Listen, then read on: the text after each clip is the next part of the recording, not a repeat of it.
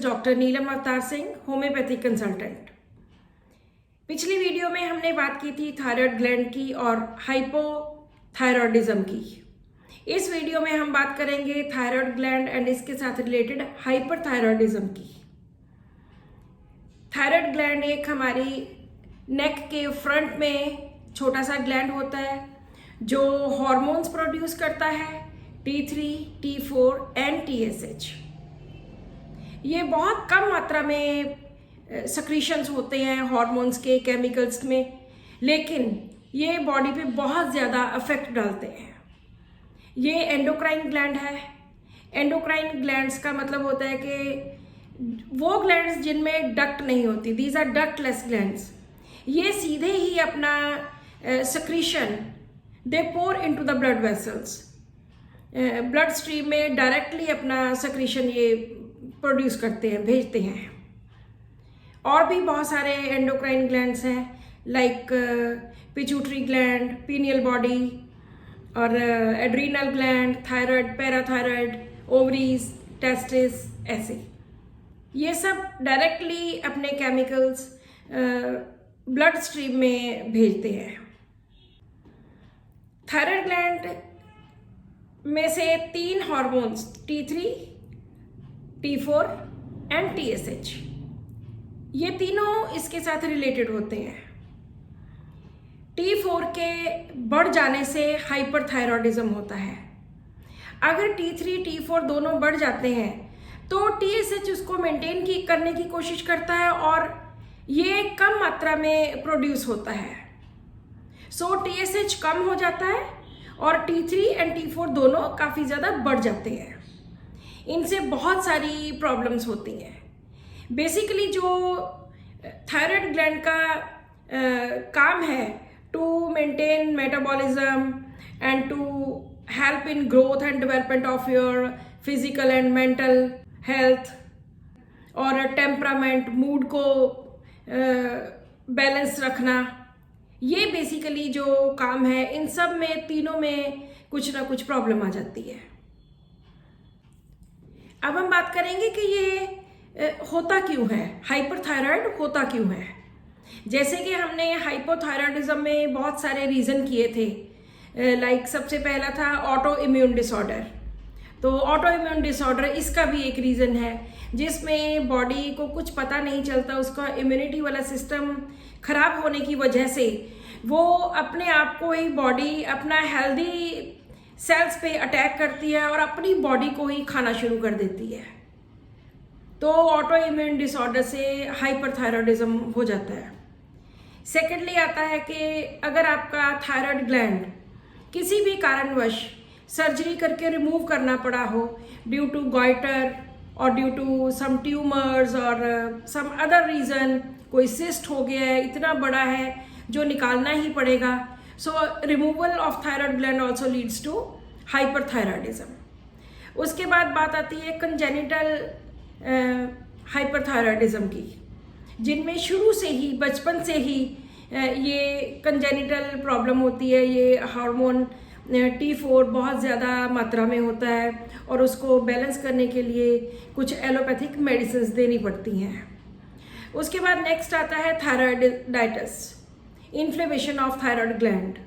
जब thyroid gland की inflammation हो जाए तो भी इसके जो हार्मोन्स हैं T3 and T4 and TSH, इनमें प्रॉब्लम आने की वजह से TSH बहुत ज़्यादा कम हो जाता है और T4 इंक्रीज हो जाता है। फिर कुछ मेडिकेशंस होती हैं एलोपैथी में या कुछ और तरह की दवाइयाँ जिनकी वजह से ये थायराइड की प्रॉब्लम हो सकती है, हाइपरथायरॉयडिज्म की प्रॉब्लम हो सकती है।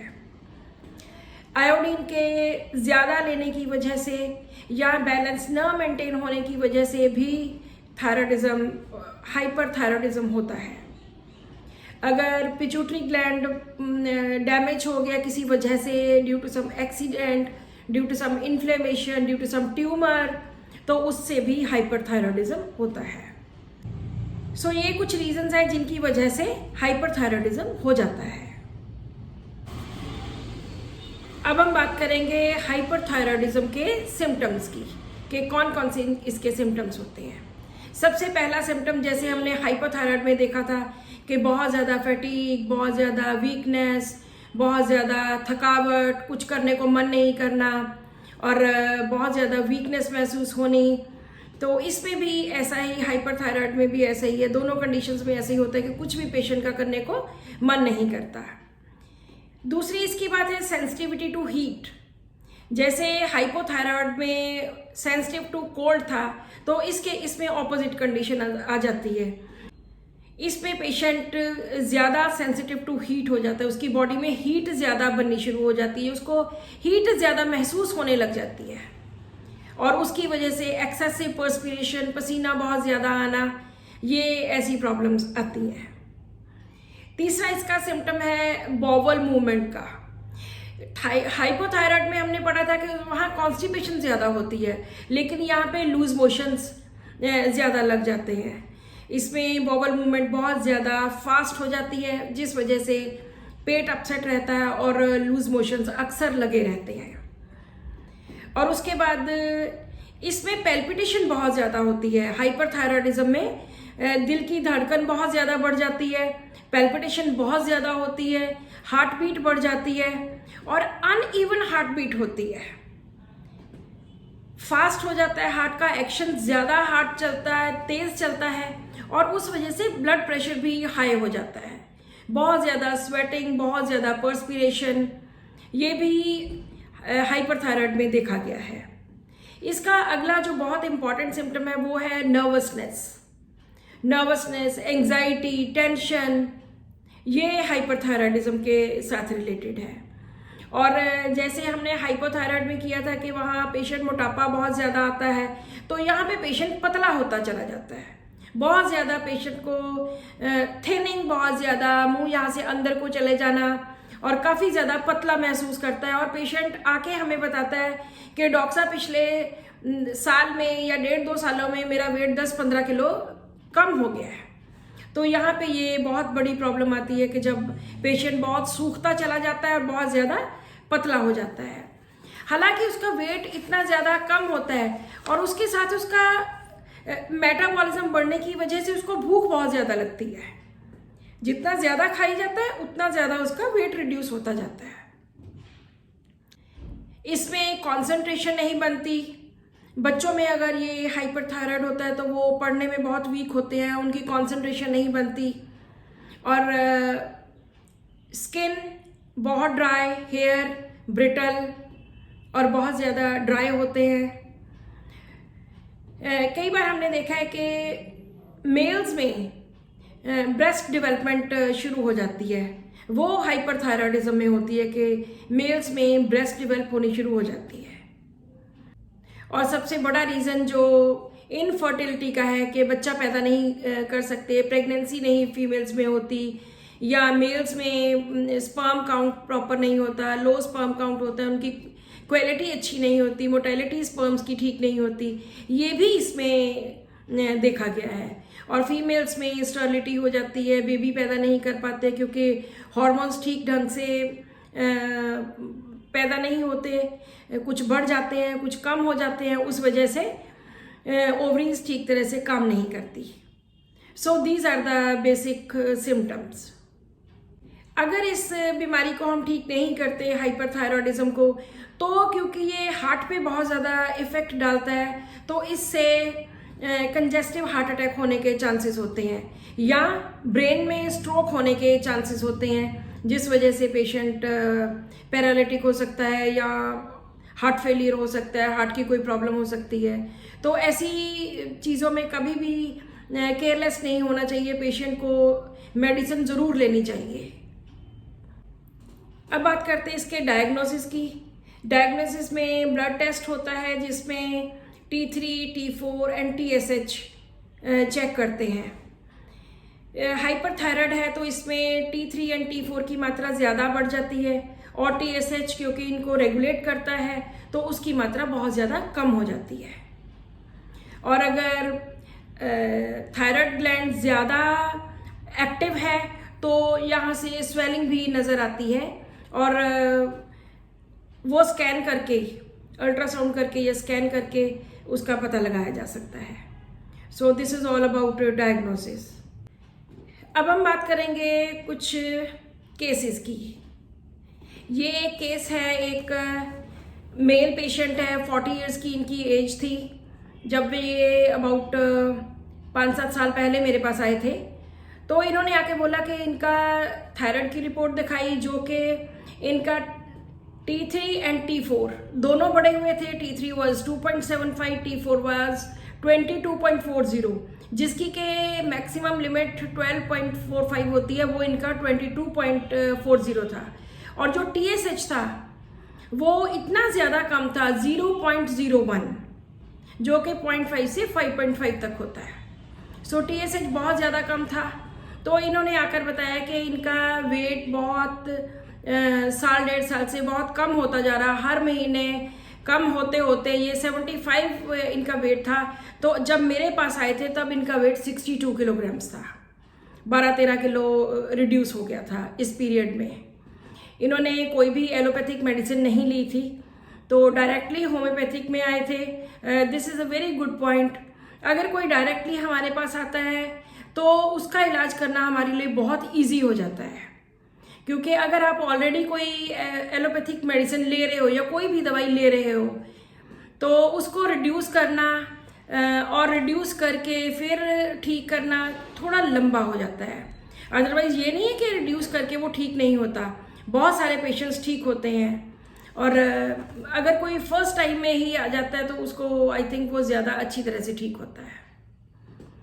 तो इनकी जो इन्होंने अपने बारे में बताया, एक तो ये था कि ये पतले होते जा रहे हैं, रिड्यूस होते जा रहे हैं, इनका वेट कम होता जा रहा है। दूसरा इन्होंने बताया कि मैं तो जी बहुत माइल्ड किस्म का बंदा हूँ, ज़्यादा किसी के साथ भी लड़ाई झगड़ा नहीं करता, और भगवान का नाम लेता हूँ, सुबह शाम पाठ करता हूँ, और जो दीवान लगते हैं वहाँ जाता हूँ, वहाँ अटेंड करता हूँ।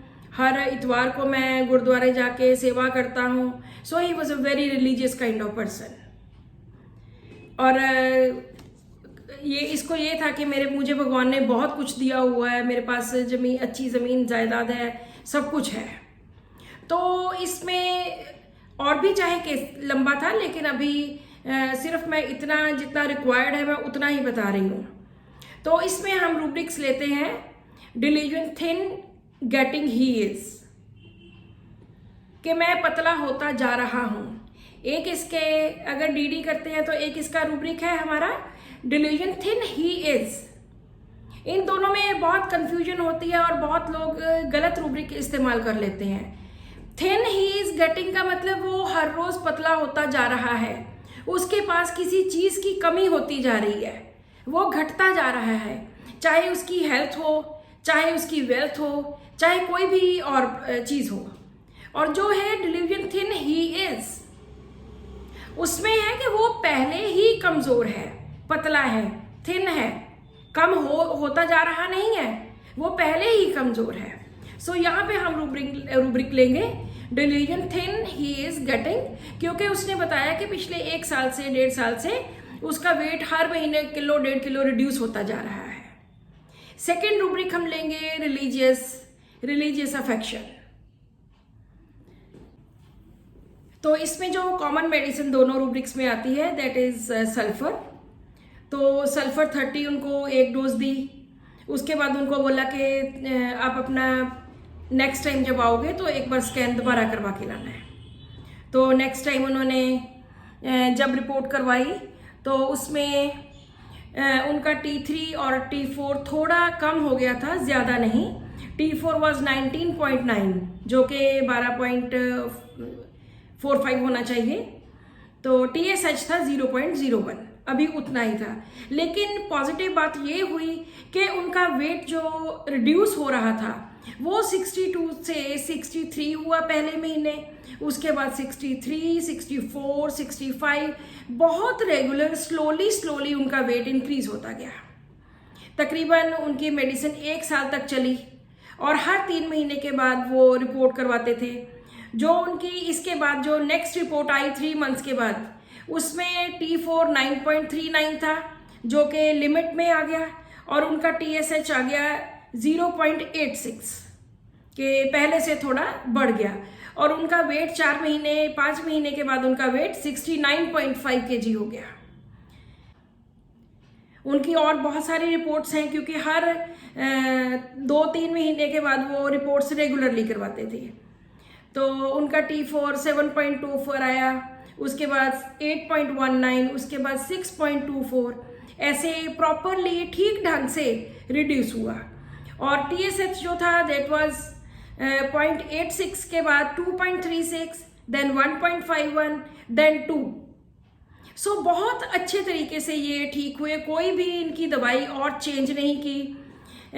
इनको सल्फर 30 की पहले एक डोज दी, उसके महीने के बाद 200 की दी, उसके बाद 1 mg की एक डोज दी। और ये लेने के बाद तकरीबन 1 साल 1.25 साल उनका ट्रीटमेंट चला, और वो बिल्कुल 70 उनका एट द एंड 73 kg उनका वेट था। सो इस तरह से हम होम्योपैथी में पेशेंट्स को ठीक करते हैं। और मैं हर पेशेंट को ये एडवाइस करती हूँ कि आप हमेशा साल में एक आधी बार T3, T4 एंड TSH अपना चेक ज़रूर करवाया करो, और इनकी दोबारा तो कभी कोई प्रॉब्लम नहीं आएगी। अब हम दूसरे केस की बात करेंगे। ये गर्ल का केस है जिनकी मैरिज को तकरीबन 5 साल हो गए थे, और इनके कोई इशू नहीं हुआ था, कोई प्रेगनेंसी नहीं हुई थी। जब इन्होंने टेस्ट करवाया तो इनका जो TSH था दैट वाज 0.01, मतलब बहुत ज़्यादा कम था। तो ये हाइपरथायराइड था। तो इन्होंने बताया कि प्रेगनेंसी के लिए हम तकरीबन 1 साल से ट्राई कर रहे हैं, और पता नहीं चल रहा कि क्यों प्रेगनेंसी नहीं हो रही। लेकिन ये अभी पीछे रिपोर्ट करवाई है तो इनको हाइपरथायराइड की प्रॉब्लम आई है, जिसमें TSH इनका 0.01 है, बहुत ज़्यादा निग्लिजिबल था।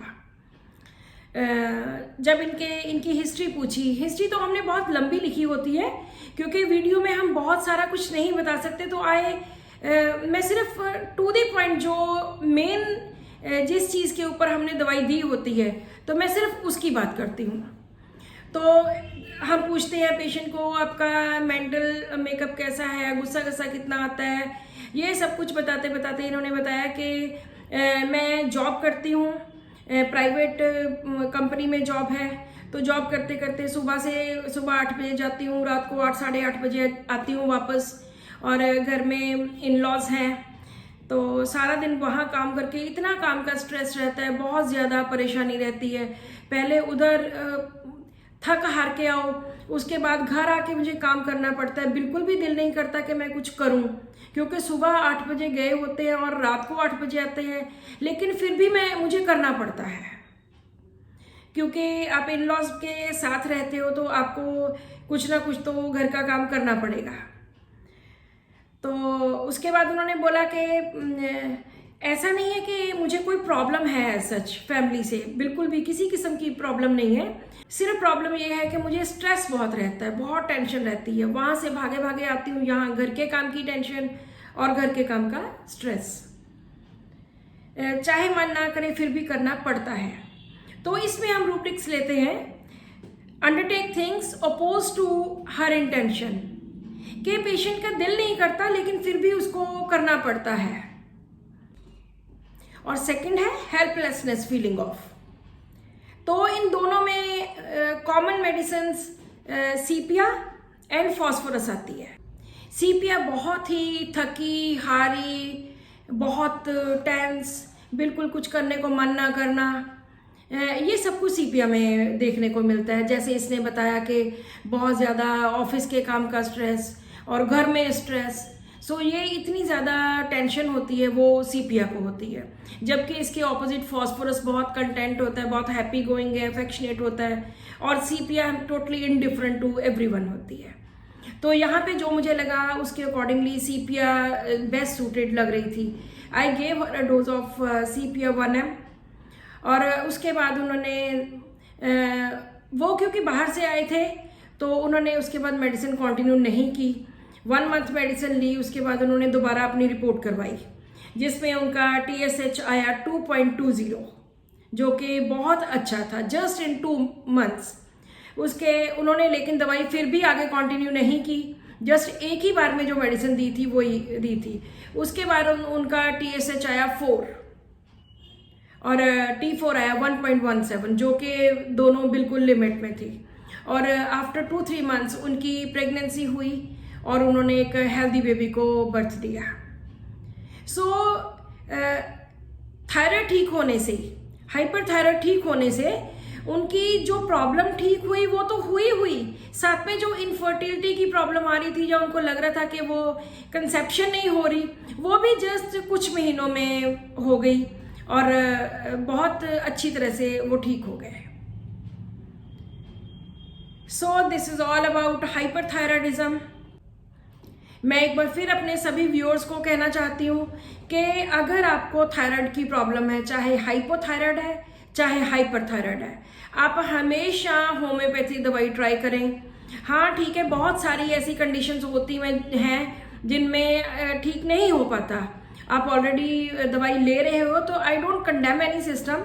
एलोपैथी में जहाँ हमें थायरॉक्सिन या थायरोनॉम की जरूरत पड़ती है, बहुत केसेस में पड़ती है और बहुत सारे लोग ठीक भी होते होंगे, लेकिन अगर आपने कोई दवाई स्टार्ट नहीं की तो गो फॉर होम्योपैथी फर्स्ट। अगर आप होम्योपैथी लेते हो तो आप सारी उम्र जो आपने दवाई खानी है उससे आप बच सकते हो। So thank you so much for watching this video and keep watching my videos.